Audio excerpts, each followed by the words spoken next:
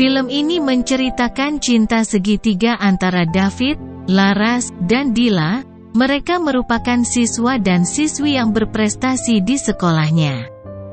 Laras merupakan siswi penerima beasiswa berprestasi, dan ia menjadi ketua OSIS di SMA tempatnya bersekolah. Ia juga banyak mendapat penghargaan dari kompetisi, membuat cerpen Olimpiade IPS, dan segudang prestasi lainnya. Walaupun begitu, Laras memiliki fantasi aneh terhadap pria, yang ia tulis menjadi cerita di dalam blog pribadinya. Laras menulis cerita dewasa yang terinspirasi dari teman sekolahnya, sekaligus cowok yang ia sukai bernama David. Hampir setiap hari Laras selalu memperhatikan David yang merupakan bintang sepak bola. David pun terkenal memiliki banyak pengagum. Sementara itu Laras menjadikan David sebagai tokoh utama dalam cerita fantasinya itu, namun tak ada satupun siswa ataupun guru yang mengetahui bahwa Laras seorang penulis.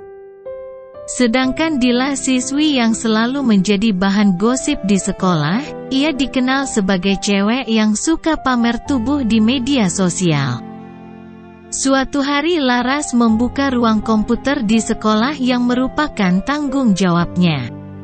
Ia menghidupkan salah satu komputer. Tiba-tiba David datang dan bertanya tentang keberadaan guru mata pelajaran.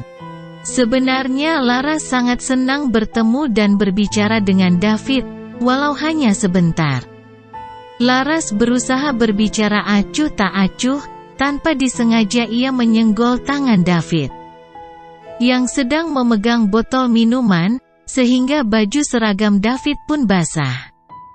Fantasi Laras langsung timbul saat melihat David membuka baju seragamnya yang basah, sehingga David memperlihatkan bagian otot dadanya yang kekar.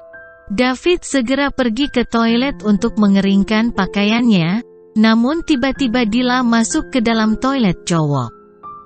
Laras bertemu dengan David di toilet itu. Tanpa mereka duga, Arya dan teman-temannya memergoki mereka di sana. Arya berpikir David dan Laras tengah melakukan hal-hal yang terlarang di sana. Sans bro, gue gak mau.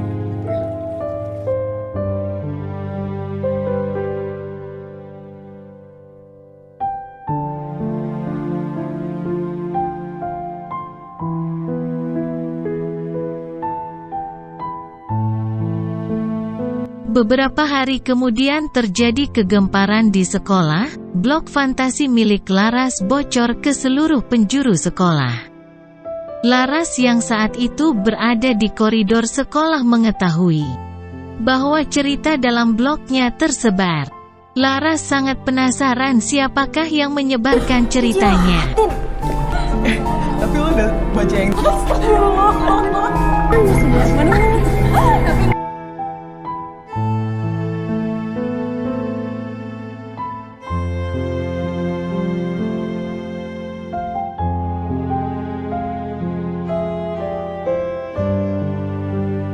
Setelah kejadian itu Laras bertemu dengan David.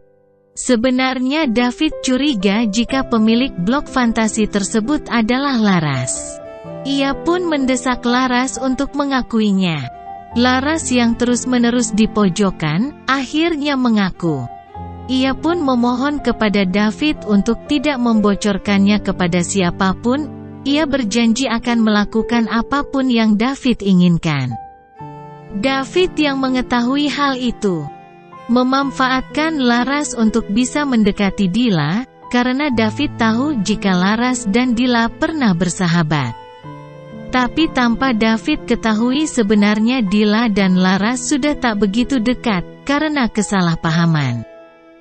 Akibat kejadian bocornya blog fantasi Laras di sekolah, setiap siswa dan siswi diinterogasi oleh kepala sekolah terkait blog cerita itu. David yang ditanya pertama kali berkata, jika ia tak tahu apa-apa mengenai hal itu. Dila pun mengatakan hal yang serupa, tetapi karena sudah dicap sebagai wanita nakal, Dila pun menjadi tersangka utamanya. Sedangkan Laras yang juga dipanggil, mengetahui bahwa David menepati janjinya untuk tidak membocorkan hal itu kepada gurunya. Malam harinya Laras pergi ke rumah David untuk mengantar makanan titipan ibunya, dan sekaligus berterima kasih karena David menepati janjinya sehingga Laras akan berusaha mempertemukan antara David dan Dila.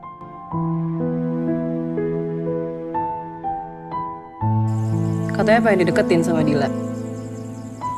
Satu cuma itu. Ada Laras. Sebentar ya. Gue cabut. Hari demi hari Laras berusaha mendekati Dila. Ia berusaha menjadikan Dila sebagai sahabat dekatnya lagi. Laras berusaha menemui Dila di rumahnya. Ia meminta maaf pada Dila jika ada salah. Tetapi Dila menutup pintu rumahnya karena ia merasa kecewa pada Laras. Namun Laras tak berhenti sampai di situ, bahkan ia masih berusaha mengambil hati Dila. Sampai pada akhirnya Laras setuju untuk bolos sekolah bersama Dila.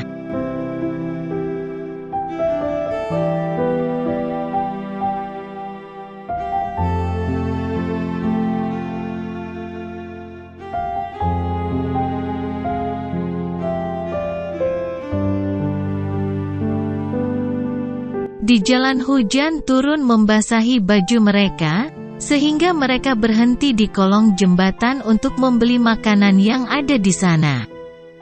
Setelah selesai makan-makan, Laras memutuskan untuk membawa Dila ke rumahnya.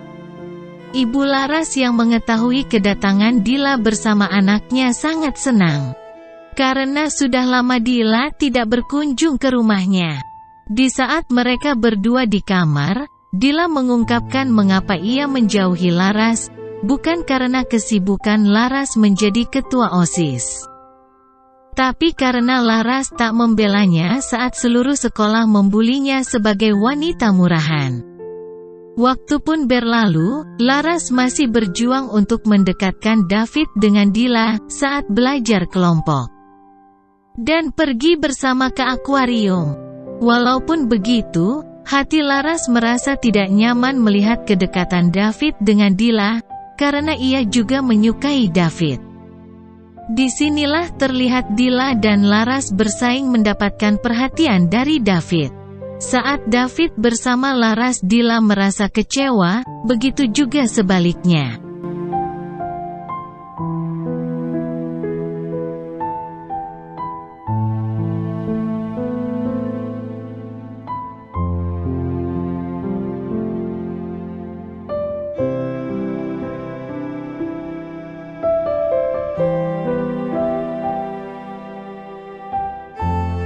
Di sekolah Dila mendapat skor 10 hari.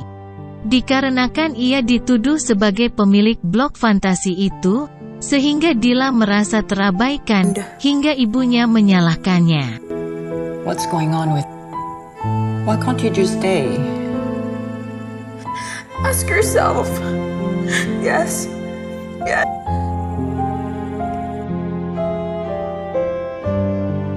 Pada suatu hari pertandingan bola di SMA tempat Laras bersekolah berlangsung meriah, karena David berhasil mencetak gol kemenangan untuk timnya. Di tengah lapangan Dila melangkahkan kaki menuju David, dan ia langsung memeluknya, sehingga David terlihat senang, karena itu merupakan pertanda jika Dila menerima cintanya. Sorak-sorai penonton memenuhi lapangan saat melihat tontonan David dan Dila. Di tengah suasana riuh itu, hati Laras merasa sakit, dan ia pun menangis di toilet sekolah. Wajah Laras terlihat sedih dan ia memutuskan untuk pulang. Sesampainya di rumah, ibunya sudah mendaftarkan Laras untuk ikut retreat komisi remaja. Ibunya mengatakan bahwa David juga akan bergabung. Hari-hari pun berlalu, dengan menaiki bus Laras dan David menuju lokasi villa kegiatan retreat komisi remaja. Di sana Laras bersikap acuh tak acuh terhadap David. David menceritakan ciumannya dengan Dila yang tak sesuai dengan ekspektasinya, sehingga membuat Laras sangat kesal saat kegiatan retreat berlangsung di Minta hutan. token ke penjaga pos setelah supaya kamu Lo bawa spare baterai nggak? Pakai ini aja lah, cukup kok, terang.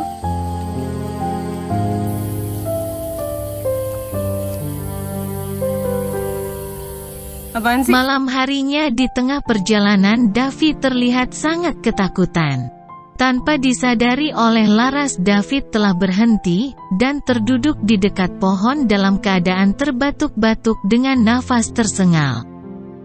David menggenggam tangan Laras dengan erat, dan ia menyandarkan dirinya di bahunya Laras. David meminta Laras bercerita apapun, agar bisa menghilangkan rasa paniknya. Laras mulai bercerita tentang seorang penulis dan pesepak bola, yang bertemu di tepi laut menghindari hiruk-pikuk kota.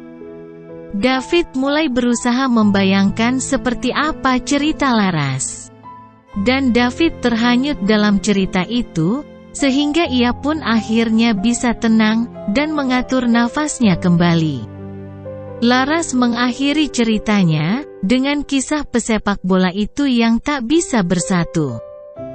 Wajah David terlihat sendu, ia mengatakan pada Laras, bahwa sang penulis berhak untuk bahagia. Malam pun berganti pagi, di perjalanan pulang David dan Laras duduk berdampingan di dalam bus. Disitulah David menceritakan awal mula ia bisa terkena panik, hingga mereka berdua menjadi lebih dekat. Waktu gue kecil. Tapi yang semenjak gue jadi sering sesak nafas gitu. Tapi kan jantung gue aman kok, nggak kenapa. Dan nggak boleh tahu.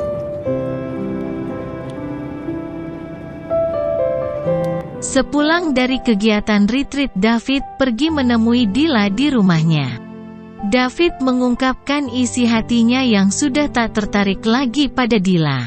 Sedangkan Dila menyadari beberapa saat kemudian, saat David masuk ke kamar. Karena ponselnya David tertinggal di kamarnya. Di saat itulah Dila membaca pesan yang diketik Laras kepada David, sehingga ia pun mengetahui jika Laras adalah sang penulis blog fantasi, yang membuat namanya tercemar. Laras marah terhadap Dila. Tetapi Dila yang lebih malu mempunyai sahabat seperti Laras. Keesokan harinya di sekolah terjadi kehebohan, karena terungkapnya nama dan sosok penulis blog cerita fantasi itu. Semua siswa dan guru memandang rendah Laras, sehingga mereka mencemooh dan menghindarinya. Atas kejadian itu tak satu pun yang mau duduk bersebelahan dengan Laras. Hanya David yang bersedia menggenggam tangan Laras, dan duduk di sampingnya. Laras merenungi diri dan mulai menguatkan hati, sehingga ia pun pergi ke rumah Dila, untuk meminta maaf. Walaupun Dila menolaknya, Laras tak habis akal, ia memanjat pagar rumah Dila, sampai-sampai ia terjatuh. Dila yang mengetahui semua itu pun khawatir, dan mengajak Laras masuk ke rumahnya.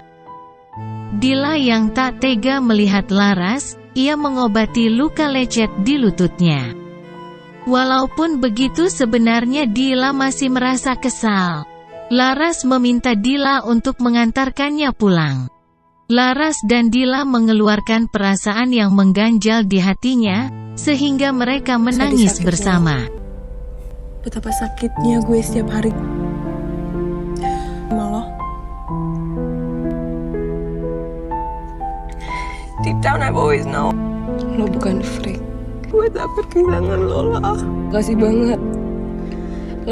Jadi gue gak pengen lo harus Di sini akhirnya terungkap, bahwa sebenarnya Dila mencintai Laras bukan sebagai sahabat, melainkan sebagai sesama wanita. Laras pun menangis mendengar hal itu, dan ia pun bertekad akan menjadi teman Dila, dan tak akan pernah meninggalkannya. Beberapa hari pun berlalu, kepala sekolah memberikan syarat kepada Laras, jika tidak ingin dikeluarkan dari sekolah. Laras diharuskan meminta maaf saat upacara berlangsung. Laras merasa tak adil. Tapi ia tak punya pilihan untuk membela diri. Laras pun berpikir dan menenangkan diri, ia menyiapkan kata-kata untuk upacara esok pagi. Pagi harinya saat upacara Laras berdiri di depan podium. Ia meminta maaf kepada David dan Dila. Atas pernyataan itu, Laras mendapatkan tepuk tangan yang riuh dari teman-temannya. Tetapi pihak sekolah sangat marah karena Laras mengkritik komite sekolah yang menaunginya. Karena menurutnya komite sekolah telah merampas haknya. Kepala sekolah yang sangat marah, ia meminta Laras untuk keluar dari sekolah. Dengan rendah hati Laras menerima keputusan kepala sekolah itu, diiringi dengan tepuk tangan dari teman-temannya. Laras meninggalkan sekolah itu. Sementara itu David sudah menunggu Laras di depan sekolah. Ia mengungkapkan isi hatinya pada Laras, bahwa ia sangat mencintai Laras. Laras pun merasa bahagia, walaupun ia harus keluar dari sekolahnya. Atas kejadian dikeluarkannya Laras dari sekolahnya dulu, tampaknya telah bisa diterima oleh keluarga Laras. Setelahnya diperlihatkan Laras bercanda dengan keluarganya. Di sana juga terlihat Dila yang sudah memaafkan Laras. Diperlihatkan Laras yang menelusuri hutan, tanpa sosok yang akan membuatnya bahagia, karena keberadaannya sudah cukup baginya. Dan untuk pertama kalinya dia merasa damai.